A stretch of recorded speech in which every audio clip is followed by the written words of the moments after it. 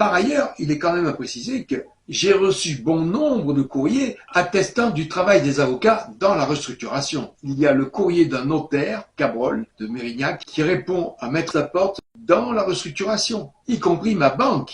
Après, le problème fiscal et par rapport au code du travail, dans la mesure où il y a un employé dissimulé dans une entreprise, car semble-t-il, monsieur Hardy n'était pas salarié. Ça ne me regarde pas. Je ne veux pas en entendre parler. J'ai signé la convention d'honoraires 33 rue des Ruas, à Bordeaux, dans le cabinet des avocats Maître Lally et Maître Laporte, et c'est eux qui engagent la responsabilité de monsieur Thierry Hardy et donc de la convention d'honoraires. Devant tous les justificatifs que je vous démontre, il est évident que les avocats Maître Lally et Maître Laporte sont immiscés dans la restructuration. D'ailleurs, à ce sujet, je fais également référence aux explications de Maître Lally à son bâtonnier, qui dit bien qu'il y avait un montant qui devait être rétrocédé lors de la régularisation de l'acquisition par la SARL du dépôt loué. Et ça, c'est la restructuration. Maintenant, il est important de regarder l'enquête réalisée par les bâtonniers. Je suis amené à prendre contact en date du 26 novembre 2003 avec le bâtonnier Maître de la Valade. Celui-ci transférera mon dossier auprès de Maître Bernard Condard qui prendra sa succession. Celui-ci transformera mes demandes afin que je me retrouve imposteur vis-à-vis de mon ancien avocat qui ne s'occupait pas de mes affaires. C'est la raison pour laquelle j'avais changé. Nous nous quittons. Maître Jean-Paul Baille demande des explications à leurs confrères Lally et Laporte. Il demande également à Maître Gondère mon conseil avant Lally.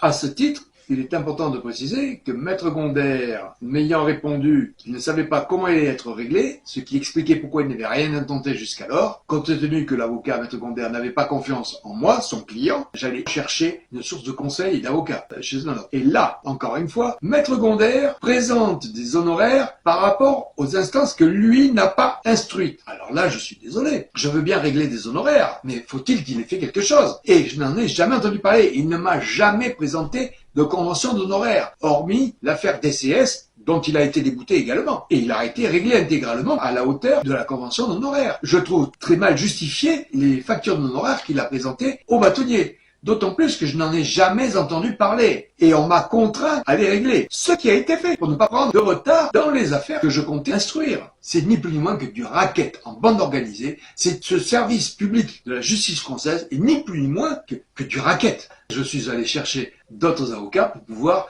me défendre dans mes dossiers. Et malheureusement, j'ai fait la connaissance de Maître Lally et Laporte qui sont des ripoux. Pour en revenir aux explications antérieures, c'est-à-dire celles de Maître Lally et Laporte, c'est bien ce que je vous disais, ils m'ont escroqué, c'est du dol caractérisé, et cela a été couvert par les bâtonniers. Il faut rappeler quand même une chose, le bâtonnier a le devoir d'assurer à ce que ses confrères fassent leur travail dans la déontologie. Or là, il n'a rien fait. Il n'a fait que protéger sa confrérie. Le bâtonnier a pris acte des explications de Maître Lally et Laporte et il ne m'a jamais contacté. C'est ça la déontologie des avocats? Waouh! Je précise quand même que en justice, il y a ce que l'on appelle le contradictoire. C'est-à-dire les explications des uns et des autres, et après on fait le bilan des deux, et on se positionne par rapport aux justificatifs, et bien sûr par rapport à la loi, les codes de justice. Donc non seulement M. Bayle ne fait pas son travail correctement, la preuve, mais en plus il participe pour abuser des clients de ses confrères. De la même façon, dans une affaire Marfin, je voulais lancer une assignation car j'avais un client qui ne voulait pas me payer la facture finale alors que les travaux étaient réalisés. Le client désirait avoir, après réflexion, une terrasse en IP au lieu de l'avoir en une autre essence de bois exotique. Chose qui était signée contractuellement. Il faut savoir que le client a évacué à la déchetterie. La terrasse Caillebotti réalisée. Ça veut dire que Monsieur Parfum était lassé de la terrasse qu'il avait, il a voulu en changer, au même titre que quand on change de voiture,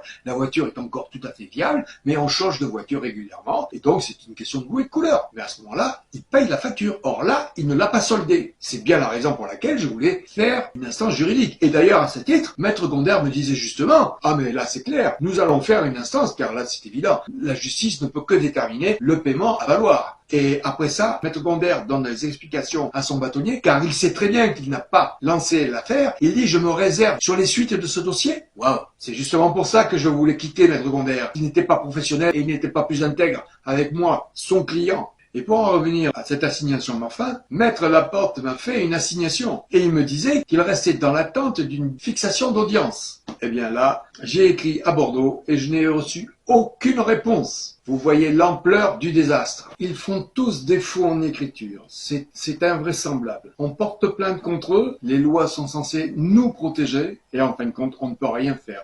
Ils n'instruisent même pas les affaires. On n'est plus protégé en France. C'est une vraie calamité.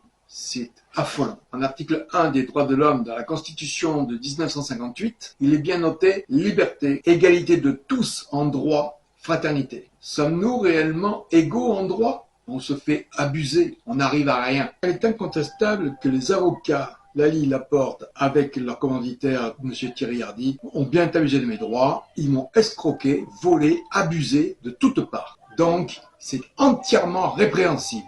Et on est au pénal, on n'est pas au civil.